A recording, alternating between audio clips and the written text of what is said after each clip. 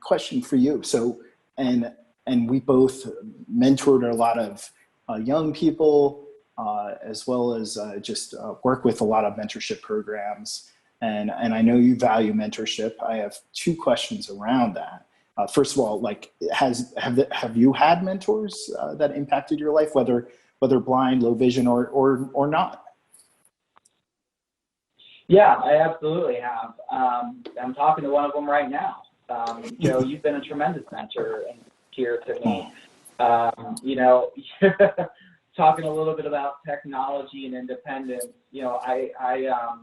I've always been a little bit more, on the adoption curve. A little bit more the laggard in terms of adopting technology and things like that. I remember a few years ago, you and I were at a conference and we were sitting in the bar area having a conversation. It was reaching the end of the night, and you were staying in another hotel, and you pulled out your phone and you opened up the Uber app and were getting ready to order an Uber. And at that point in time, I had never used Uber before.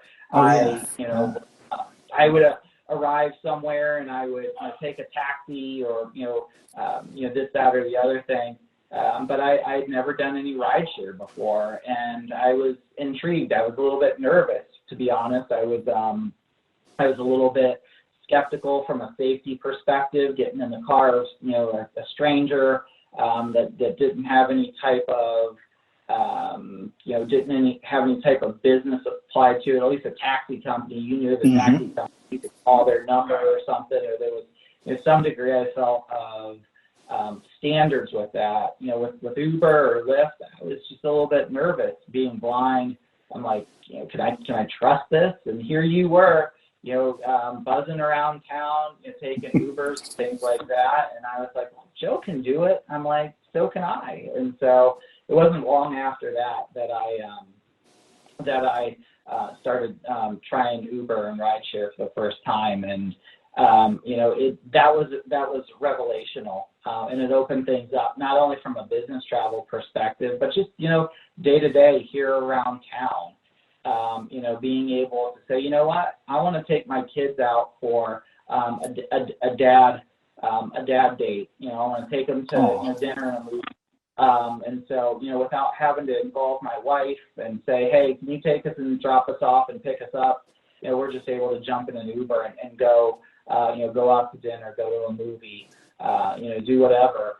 And that's just really freeing to be able to do that. So, from a mentorship perspective, I've had a lot of mentors in my life. But I think mentorship sometimes, we use that word and it, sounds really formal and stringent. But really, mentorship is, do you have people in your life that you learn from? Or, conversely, do you have people, in your life that you're willing to share something with, freely and openly? That's what mentorship is. And, I've been really blessed to have people in my life that have taught me a lot, work-wise, professionally, personally, and so on. But I think so oftentimes, we're reluctant or we're hesitant, especially as people with disabilities, to sometimes take that help or to accept the help that's being offered, because I think we want to show that we're independent, that we're able to do things on our own. I know I've fallen into that pitfall and that trap a time or two in my life, and I think, because sometimes the stigma or society's, preconceived notions are that, people with disabilities aren't able to do things that others can, or that maybe we don't do them as effectively or as efficiently as others. There's this mindset that we're going to, I'll show you, I'm going to do it. And we're sometimes closed off to help. And so, from a mentorship perspective, I think that's the most critical thing, in terms of receiving benefit from mentors, is that you got to be open to somebody else helping you, realizing that you don't know everything and that you don't have all of the skills or the experience that there is to be had, and that somebody else is willing and able to give that to you. You've got to be open to receive it first before you can benefit from it. And then conversely, one of my greatest pet peeves from a disability perspective, I think is a lot of times society, looks at us as if, we're in a position of needing to be served, as opposed to being in a position to serve. And that's one of the things that I feel like I've been put on this earth to do, is to try to serve others and to have a servant's heart and to be sacrificial in that way, and to give whatever I can. And, one of the hardest challenges to do that as a person with a disability is to get over people's mindset of, oh, you need to be served. Oh, you sit down and go be served. It's like, no, I'm going to get up and I'm going to do something for you and them, and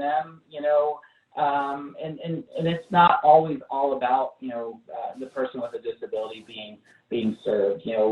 That's part of recognizing our personhood and our humanity, is giving us the opportunity to contribute and give back. And mentorship is one of the ways in which we can do that. And I'm so grateful when I get the opportunity to do so. That's so great and so true too. And I love that you brought up the formalizing, like often we see mentorship as a very formal thing. And in my world, it's very flexible. Like I have friends who I interact with just around technology and other things that I see them as mentors, and I don't formalize that. It's sharing of information back and forth, and and communication wise, you are a spectacular communicator. So I really look up to that. My communication style is very laid back, I would say, and less. And you're just so clear and precise. I've seen you speak to thousands of people at like Disability Inn and other events as well. So I look to you that way. But I also know that you brought up your servant heart and how much and stuff that you do.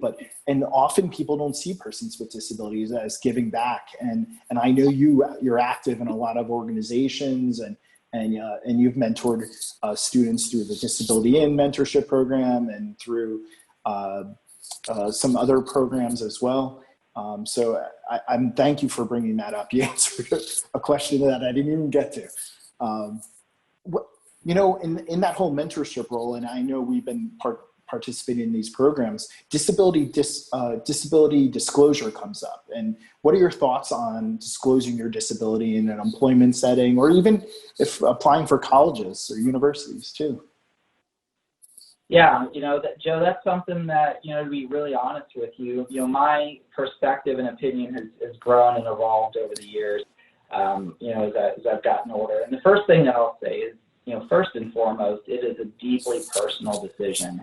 And, you and I, we certainly can share our perspectives, but, things break one way, differently in our lives, and we might have a completely different take on the disclosure process. So, first and foremost, I would say you've got to do what's right for you. You've got to, be comfortable with the decision that you're going to make. And it's great to listen to people like you or I, on a broadcast or a webinar like this, but it's even more important to consult those people that you trust in your life. And, certainly if the people who you look to for advice and counsel are telling you something that differs from what you're feeling in your gut, then that's something you need to work with, that dissonance that you're feeling, and go out and seek other counsel, to be able to try to come to a decision. But ultimately, especially as you enter adulthood, finishing, going off to college or entering the workforce, that has got to be a decision that you own, and being accountable for it. You can't abdicate that decision to anybody else, to your parents or to your counselor or advisor. It's a decision that you've got to live with, and one that you've got to wear each and every day. So, that being said, as I said earlier on, when I was, coming up, through college and early on in my career, I tried like heck to conceal my vision loss, because I thought that people would think that I was less capable to do my job, or less capable to be a parent, or less capable to, fill in the blank. Because I was a person with a disability, somebody who was, losing their vision, and ultimately somebody who was blind. But what I learned, through experience and, the hard way, was that I couldn't really conceal it. And, as I was losing my vision, and I thought, oh yeah, nobody knows, as I'm walking down the hallway of the office very close to the wall, very slowly trailing my hand along the wall, doing something that absolutely nobody else was doing. Or as I would walk down the hallway, and I, if somebody was in my peripheral vision, I'd bump into them, people think I was rude or that I was, head in the clouds or, worse, that I might be, high or drunk or something like that if it happened out in public or, so the fact of the matter is that I was not a very good at concealing my vision loss. The only thing that I was doing was further kind of, distinguishing myself as an outsider. And I was alienating myself, but I was also expending a whole lot of energy, Joe, in trying to cover up and conceal that as much as I could. It wasn't until I reached the point where I just couldn't conceal my vision loss anymore, and I did the things I referenced earlier in terms of, reaching out to our accommodations office to get assistive technology, and then, working with our Bureau of Services for the Blind here in Northwest Arkansas to get my orientation and mobility instruction that, quote unquote, started to come out with my disability and my blindness in much the same way as, somebody in the LGBT community might have their coming out experience. I started to come out more. As I did, I started to notice, that people were responding to me differently, and that people were a lot more accepting and accommodating than maybe I had, imagined that they would be. And, the thing of it is that, as people with disabilities, so often we want the world, to give us the benefit of the doubt and to trust us that, hey, I can do this, just give me a shot. But, there are times where, we don't offer the world the same courtesy, in that, we think, oh my gosh, if I, tell people or show people that I have this non-apparent disability, they're going to judge me, they're going to think less of me, they're going to doubt my competence and my capacity. And let's be honest, that happens. That happens, and when it does, it really stings, and it's painful and it's hard and it can set you back. But my experience has been more often than not, people are really inclusive and accepting, and they want to find out and know what they can do to help. And so we've got to give the world the benefit of the doubt and to trust them to say, this is who I am, all of me, take it or leave it. And I think that I can do this work, or I can do this task with or without a reasonable accommodation. And I hope that you'll give me the shot. And I hope that if you don't have a lot of experience working with somebody with, with a disability or somebody who's blind or low vision, that you'll allow me, back to the earlier conversation around mentorship, I hope you'll allow me to teach you how I go about doing things. And,